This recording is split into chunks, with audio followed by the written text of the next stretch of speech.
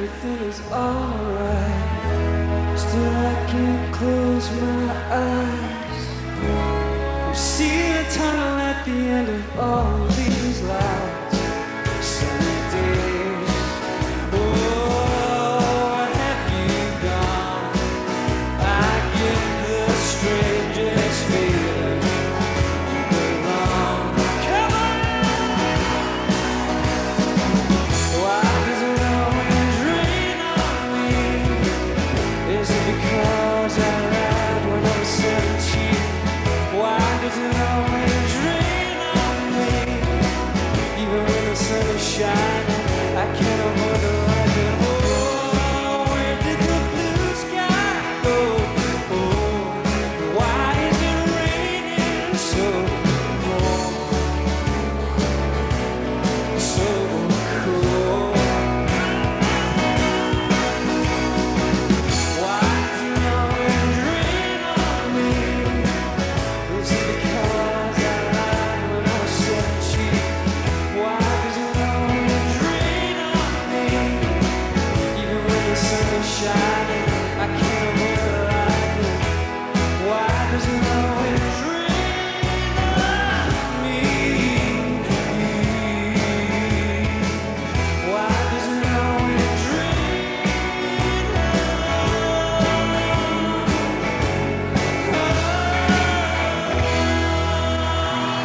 Have a great day! Take care!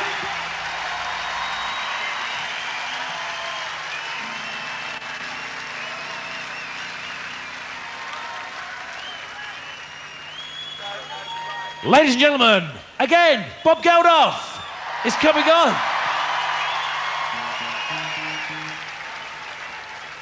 I know it's a cheat, but I couldn't resist. I'm sorry for doing this, but I just had to play on this stage. I'm very proud to play on this stage.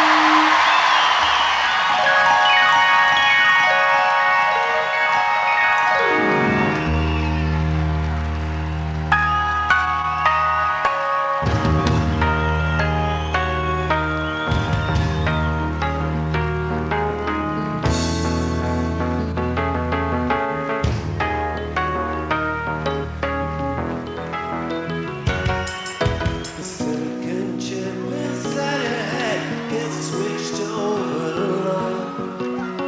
Nobody's gonna go to school today. She's gonna make them stay at home. And Daddy doesn't understand it. He always said she was good as gold.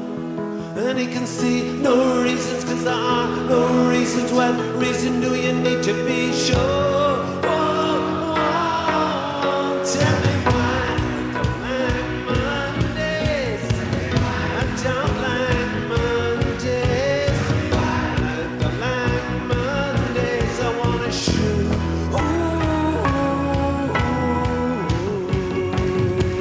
The whole day down.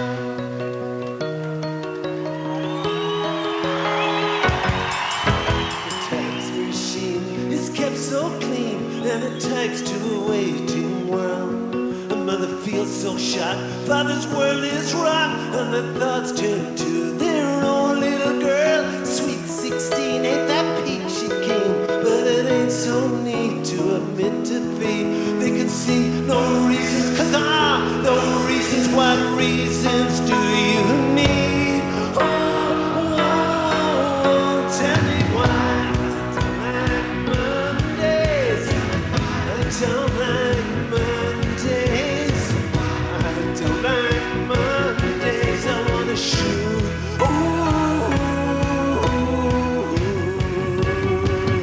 The whole day down, down, down, shoot up, down, shoot down.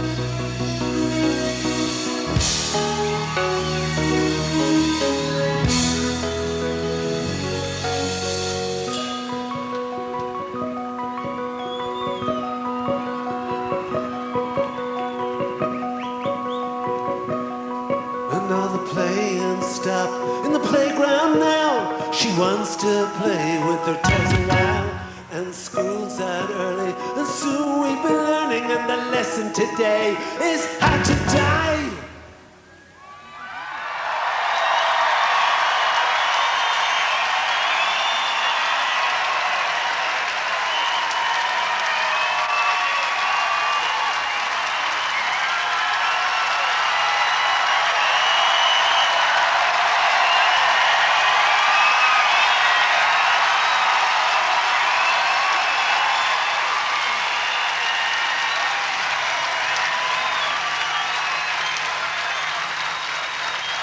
And the bullhorn crackles and the captain tackles with the problems and the housing wife.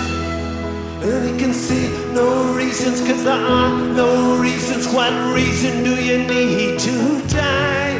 Die, oh, and the silicon chip inside her head gets switched to overload. Oh, and nobody's gonna go to school today. She's gonna make them stay at home.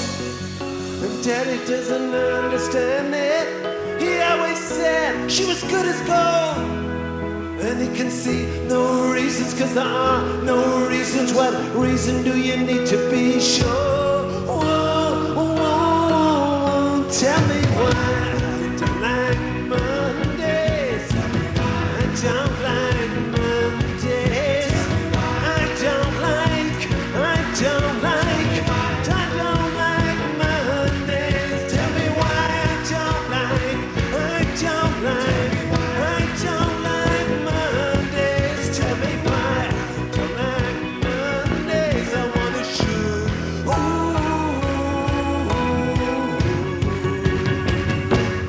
The whole.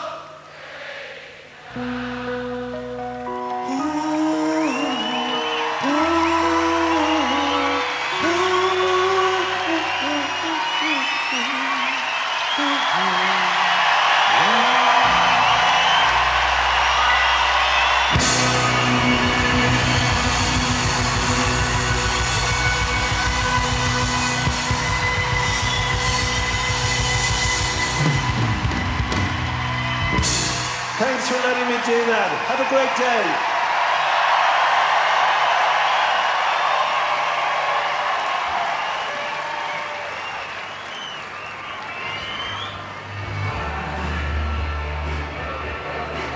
Brilliant, that was quite an amazing historic moment there at Live 8 this year. It's all going great backstage as well. Just bumped into Midge Ure. How you doing, Midge? I'm all right after, well, especially after hearing that, which was dreadful. But that's Bob. What can I tell you? Not a fan then. No, I'm always a fan. He's fantastic. People like that are few and far between. And we need more of them. To make this planet work. Absolutely. Now, it's going so well today so far. It's all been a brilliant, event and, another historic moment for the whole Live 8 thing. Do you think it's, does it compare, or can you sort of say how different it is to Live 8? It's very difficult to try and compare it. Last time round it was two concerts tied together. Now it's, 8, 9, 10, whatever it happens to be. It's a much more global thing, and it's not about your money this time. It's about standing up and being counted. My main thing this time round is doing the Edinburgh concert in Murrayfield on the 6th, which is Wednesday. So I'm up there doing that thing. And it's a political thing this time round. It's not about, give us your money. It's about, give us your soul, give us your feelings. If it was your child dying today, of AIDS or malaria or whatever, you would do something about it. But because it's, in Africa, we kind of push it away. Midge, thanks so much for your time today. Enjoy yourself. Have a good day, won't you? I'll try. Brilliant. Thank you, mate. Cheers. Back to you. Thank you, Midge. Thank you to the lovely Fern. That was great seeing Bob Geldof on stage back then, and I'm sure none of us would deny him that little moment there. And what else can get a crowd going like a song about a spree killer, eh? For more information about Live 8, you should visit the BBC's website, where you can find full lineup details, where and when you can see and hear it on the BBC, details about the BBC big screen locations around the country, and travel and transport information if you are still heading into Hyde Park, which some of you may well be. The site will also be updated with photos and reports throughout the event. You can also press red on your remote control to see the concerts from around the world and highlights from earlier on today if you like to do that. So there's so many other things, so many other ways you can enjoy what's going on. I have George Alagaya with me. Now, George, of course, is well known as a BBC journalist. You've just returned from Ghana, I believe. Is that right, George? Yeah, we went back to the country that I grew up in, Jonathan, from the ages of 6 to 12. That's where I went to school. And one of the things we did in this film was to go back to my old school and talk to the kids there. Now, the reason we did this is one of the things that happens when you look out at a concert like this. We're constantly thinking of Africa as a problem. Of course, there's lots of schools in which things are going on. There's me actually driving up to the school in a car that looks exactly like the car my dad had. And one of the things about this school is that these are normal kids doing normal things, going home and doing normal things when they get there. Look at that playground, for example. And the important thing about it for me is that there's a new generation that's ready to take up the opportunity that this is supposed to be giving them. And that's, I think, very important because... It's very useful as well and very helpful for us to see those sort of images, because I think we're so used to seeing the images which actually are emotive and stirring, people, you know, in desperate straits, and to see something like that actually realises there's a great deal of hope, and that by contributing in some way and hopefully the end result today, then... I guess I've done my fair bit of showing one side of Africa. Yeah, of course. And I think it's really important to remember that for every defeat somewhere, there's a victory. And I think that's why it's worth doing all the things that people are asking for, because actually you're going to be helping people who are just ready to get out there and start working. There are now, I believe, somewhere in the region of 2.9 million names on the Live 8 list. People are checking onto the website, which is www.live8live.com, putting their names on the list, which will be given, I believe, to the representatives of the 8 nation states that take part in the G8 summit. That's an incredible number, 2.9 million. There are some people out there who would argue, who would maintain that it's all well and good trying to achieve this, but there's so much corruption in many of the African countries that would, in theory, benefit from this, that the help won't get through. It won't make the difference that people hope it will. What do you say to that? I think there's two things to be said to that. The first thing is, sure, there are lots of corrupt people out there, but for every person who receives a bribe, who's giving the bribe? So there's something that can be done on our side, if you like. But the other thing is that this money isn't going just to the corrupt people. The money they're talking about is actually going out there trying to build schools and hospitals and so on. It doesn't mean that all the money you give is going to end up in Swiss bank accounts. Yeah. So I think it is complicated. I don't think we want to pretend and make it look as if, you know, next Friday when these guys meet at G8, everything's going to be sorted out. What's important though is there is a new impetus out there, and I think it's as much directed as African governments to get their act together, and they know it. And actually, traveling around Africa as I did last week, they don't need 200,000 people at Hyde Park telling them. They're telling their own leaders that too. So you think change is happening within any way? I think there is a new generation out there. We've seen Africa's been through this cycle of coups, of famine, of corruption, of conflict, and there's this new generation, I think, that is absolutely ready for change, and that's why they want things, not so much aid. They don't want the begging bowl. They want trade. They want to be able to produce things and sell them at a fair price, for example. But that's one of the most interesting things I've heard today, I think, one of the most hopeful things as well, the fact that change is occurring within the country as well as that being imposed from outside. And once again, I know some of the criticism that's been levelled at events such as this and this one as well is that who are we, you know, how involved are we, what do we really know about it, apart from a few stirring images we see on the news?